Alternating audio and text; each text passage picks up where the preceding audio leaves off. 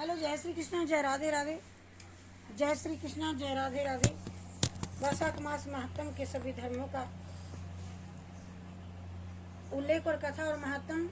राजा पुरु यशा को भगवान का दर्शन, उनके द्वारा भगवत स्तुति और भगवान के वरदान से राजा की सायुज्य मुक्ति। सुखदेव जी कहते हैं कि पापात्मा भगवान नारायण चार भुजाओं से सुशोभित थे। उन्होंने हाथों में शंख, चक्र, गदा और पद्म धारण कर रखे थे। वे पीताम्बर धारण करके बनमाला से विभूषित थे। भगवती लक्ष्मी तथा एक पार्षद के साथ गरुड़ की पीठ पर विराजित थे। उनका दुसह तेज देख करके राजा ने नेत्र सहसा मूंद लिए और उनके सब अंगों में रोमांच हो आया और नेत्रों से अश्रुधारा प्रवाहित होने लगी। भगवत दर्शन के आनंद में उनका हृदय सर्वथा डूब गया। उन्होंने तत्काल आगे बढ़कर के भगवान को साष्टांग प्रणाम किया और फिर प्रेम विवल होकर के नेत्रों से विश्वात्म देव जगदीश्वर श्री हरि को बहुत देर तक निहार करके उनके चरण धोए और उस जल को अपने मस्तक पर धारण किया और उन्हीं से चरणों से धोवन रूपा श्री गंगा जी ब्रह्मा सहित तीनों लोगों को पवित्र करती हैं। तत्पश्चात राजन ने महान वैभव से बहुमूल्य वस्त्र, आभूषण और चंदन से हार, धूप दीप तथा अमृत के समान नैवेद्य से निवेदित किया। आदि से एवं अपने तन, मन, धन और आत्मा का समर्पण करके अद्वितीय पुराण पुरुष भगवान विष्णु जी का पूजन किया। पूजा के बाद इस प्रकार से स्तुति की, जो निर्गुण निरंजन और प्रजापतियों के भी अधीश्वर हैं, ब्रह्मा आदि संपूर्ण देवता जिनकी वंदना करते हैं, उन परम पुरुष भगवान श्री हरि को मैं प्रणाम करता हूँ। शरणागतों की पाप राशि का नाश करने वाले आपके चरणार बिंदु को परिपक्व योग वाले योगियों ने जो अपने हृदय में धारण किया है, यह उनके लिए बड़े सौभाग्य की बात है। बढ़ी हुई भक्ति के द्वारा अपने अंतःकरण तथा जीव भाव को भी आपके चरणों में ही चढ़ा करके वे योगी जन उन चरणों के चिंतन मात्र से आपके धाम को प्राप्त हुए हैं। विचित्र कर्म करने वाले आप स्वतंत्र परमेश्वर को नमस्कार है। साधु पुरुषों पर अनुग्रह करने वाले आप परमात्मा को प्रणाम है। प्रभु, आपकी छाया से मोहित होकर के मैं, आपकी माया से मोहित होकर के मैं स्त्री और धन रूपी विषयों में ही भटकता रहा। अनर्थ में ही मेरी अर्थ दृष्टि हो गई थी। प्रभु विश्व मूर्ति, जब जीव पर आप अनंत शक्ति परमेश्वर की कृपाएं होती हैं, तभी उसे महापुरुषों का संग प्राप्त होता है, जिससे यह संसार समुद्र गोपद के समान हो जाता है। ईश्वर जब सत्संग मिलता है, तभी आप में मन तथा बुद्धि का अनुराग होता है। मेरा समस्त राज्य तो मुझसे छिन गया है, वह भी आपका मुझ पर महान अनुग्रह ही हुआ है। ऐसा मैं मानता हूँ कि मैं न तो राज्य चाहता हूँ, न पुत्र आदि की इच्छा रखता हूँ और न कोष की ही अभिलाषा करता हूँ, अपितु मुनियों के द्वारा ध्यान करने योग्य जो आपके आराधनीय चरणारविंद हैं, उन्हीं का मैं नित्य सेवन करना चाहता हूँ।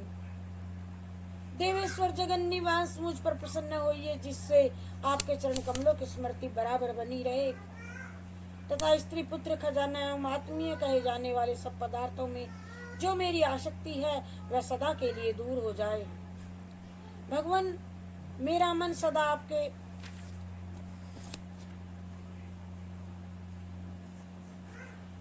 चरणार विंदों में चिंतन लगा रहे। मेरी वाणी आपकी दिव्य कथा में निरंतर निर्वर्णन में तत्पर रहे और मेरे ये दोनों नेत्र आपके श्री विग्रह के दर्शन में, कान कथा श्रवण में तथा रसनाइए आपके भोग लगाए हुए प्रसाद के आस्वादन में प्रवृत्त होवे। प्रभु, मेरी नासिका आपके चरण कमलों की तथा आपके भक्त जनों की गंध, विलेपन आदि की सुगंध लेने में, दोनों हाथ आपके मंदिर में झाड़ू देने आदि के सेवा में लगे रहे। दोनों पैर मेरे आपके तीर्थ और कथा स्थान की यात्रा करने में तथा मस्तक निरंतर आपको प्रणाम करने में संलग्न और मेरी कामना आपकी उत्तम कथा में और बुद्धि अहरनिश आपका चिंतन करने में तत्पर हो। मेरे घर पर पधारे हुए मुनियों द्वारा आपकी उत्तम कथा का वर्णन तथा आपकी महिमा का गान सदैव होता रहे और इसी में मेरे दिन बीते। बस विष्णु एक अक्षर तथा आधे पल के लिए भी मेरा प्रसंग ऐसा प्रसंग न उपस्थित हो जो आपकी चर्चा से रहित हो। हे हरे, मैं परमेष्टि ब्रह्मा का पद, भूतल का चक्रवर्ती राज्य और मोक्ष भी नहीं चाहता हूँ। केवल आपके चरणों की निरंतर सेवा करना चाहता हूँ, जिसके लिए लक्ष्मी जी तथा ब्रह्मा शंकर आदि देवता भी सदा प्रार्थना किया करते हैं। राजा के इस प्रकार स्तुति करने पर कमल नयन भगवान विष्णु जी ने प्रसन्नता हो मेघ के समान गंभीर वाणी में इस प्रकार कहा कि हे राजन, मैं जानता हूँ तुम मेरे श्रेष्ठ भक्त हो और कामना रहित और निष्पाप। हे नरेश्वर, मुझ में तुम्हारी दृढ़ भक्ति होवे और अंत में तुम मेरा सायुज्य प्राप्त करो। तुम्हारे द्वारा किए हुए इस स्तोत्र से इस पृथ्वी पर जो लोग मेरी स्तुति करेंगे उनके ऊपर संतुष्ट हो मैं उन्हें भोग और मोक्ष प्रदान करूंगा। यह अक्षय तृतीया इस पृथ्वी पर प्रसिद्ध होगी और जिसमें भोग और मोक्ष प्रदान करने वाला मैं तुम्हारे ऊपर प्रसन्न हुआ। जो मनुष्य इस तिथि को किसी भी बहाने से अथवा स्वभाव से ही स्नान दान और क्रियाएं आदि करते हैं, मेरे अविनाशी पद को प्राप्त करते हैं।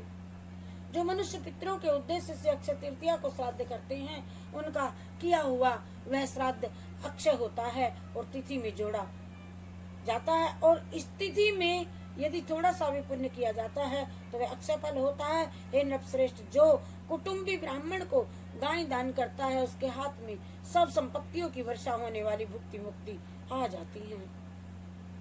जो वैशाख मास में मेरा प्रिय करने वाले धर्मों का अनुष्ठान करता है, उनके जन्म मृत्यु जरा व्यय और पाप को मैं हर लेता हूँ।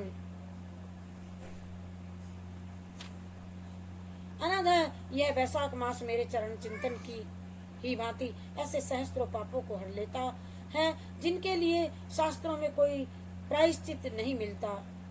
राजा को ही वरदान दे करके देवादिदेव भगवान जनार्दन सबके देखते ही देखते फिर वहां से अंतर्धान हो गए और तदंतर राजा पुरोहित सदा भगवान में ही मन लगाए हुए उन्हीं की सेवा में तत्पर रह करके इस पृथ्वी का पालन करने लगे और देव दुर्लभ समस्त मनोरथों का उपभोग करके अंत में उन्होंने चक्रधारी भगवान विष्णु का सायुज्य प्राप्त कर लिया।